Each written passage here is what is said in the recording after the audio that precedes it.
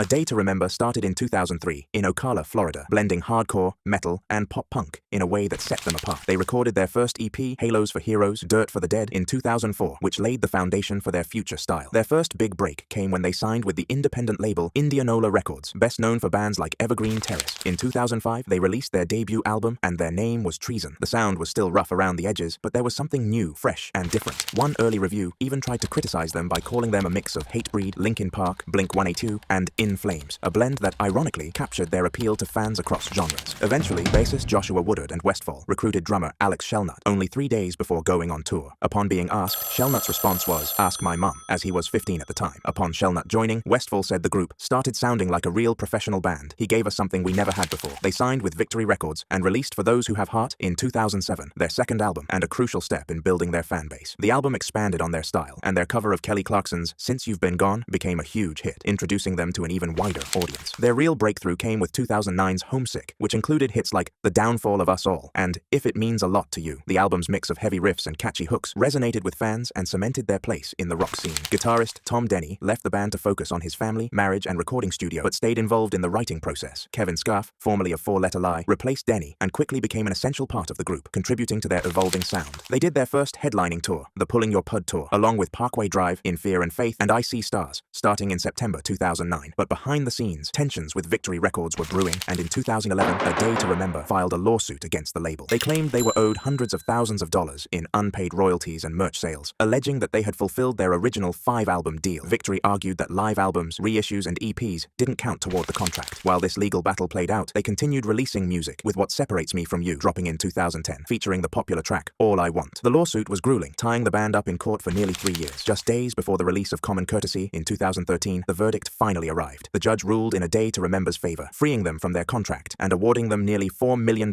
in unpaid royalties. The news was a massive win, and Common Courtesy released independently to an eagerly awaiting fan base. Their journey continued with Bad Vibrations in 2016, pushing their creative boundaries while staying true to their heavy roots. In 2019, they reached a broader audience by collaborating with Marshmello on the track Rescue Me, expanding their reach into the electronic music scene. The song brought new listeners and marked an unexpected but successful venture into a different genre. The band has also faced darker controversies, especially involving bassist Joshua Woodard. In 2020, past allegations of sexual misconduct against Woodard resurfaced, sparking a firestorm on social media. He initially denied the claims, but later chose to leave the band, saying he didn't want his presence to distract from the music or his bandmates. This wasn't the only heavy blow the band endured. In 2012, Woodard was involved in a car accident where he unexpectedly crossed over 3 lanes of traffic and killed a 24-year-old driver. This did not surface until 2021. Though it was determined he wasn't at fault, the incident weighed heavily on the band's reputation and brought public scrutiny. But in 2021, they made a controversial pivot with You're Welcome, an album that leaned into a more pop-rock style. Fans were divided, with some criticizing tracks like Everything We Need and Degenerates for being too polished and pop-centric, feeling it lost the raw energy that defined their earlier work. Most recently, they released a new single, Feedback, in 2023. Fans were thrilled to see the band return to their heavier roots, but some noted the lengthy wait times between new releases, as A Day to Remember has been known to take years between albums. Despite the controversies and hardships, A Day to Remember continues to evolve and release music, with their recent singles showing they're still driven by ambition and resilience. From DIY tours to a multi-million-dollar legal battle, their story is a testament to a band that's never backed down, no matter the challenges.